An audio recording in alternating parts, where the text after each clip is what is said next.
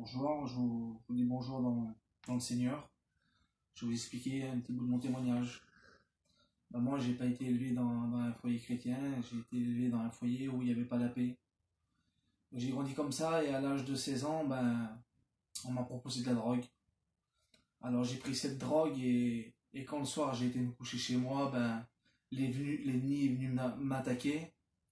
Alors donc j'ai eu peur et j'ai été voir un pasteur et puis ce pasteur-là, ce soir-là, il a prié pour moi et j'ai été me coucher.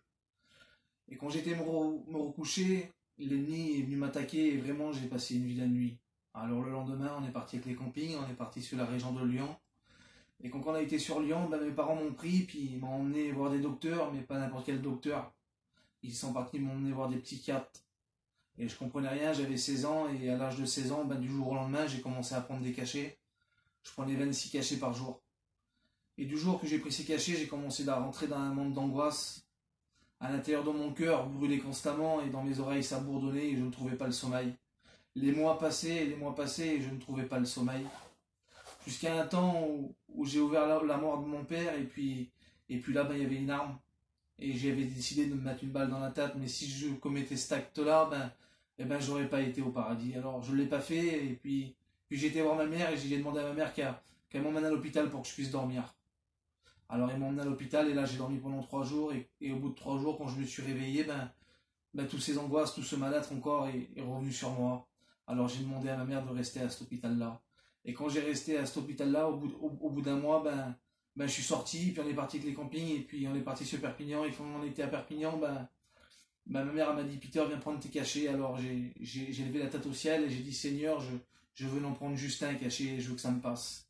Alors j'en ai pris juste un et puis le soir j'ai été me coucher et j'ai dormi comme un bébé.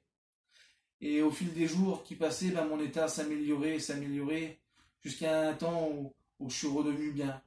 Mais c'est pas pour ça que je me suis approché de Dieu et puis les années ont passé et puis là je me suis perdu dans le monde.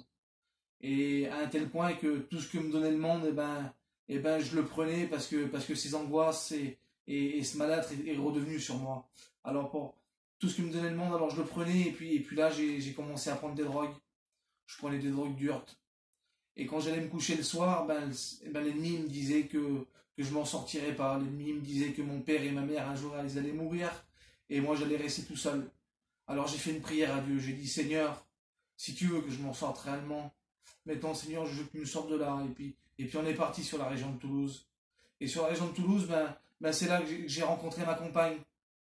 Et cette prière que j'avais fait longtemps à Dieu, elle a ressurgi et puis j'ai rencontré ma compagne. Une compagne elle a accepté mon passé, ma vie de misère que j'avais. À l'heure actuelle, j'ai un foyer chrétien, j'ai un petit bébé en pleine santé.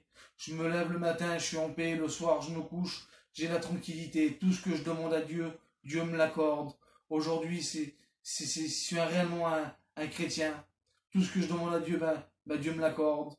Je vous remercie pour le Seigneur, pour tout ce qu'il a fait pour moi. À une époque, personne n'aurait misé 1 euro sur moi, mais le Seigneur, lui, il a misé au prix de son sang. Je vous remercie pour tout. Merci mon Dieu. Amen.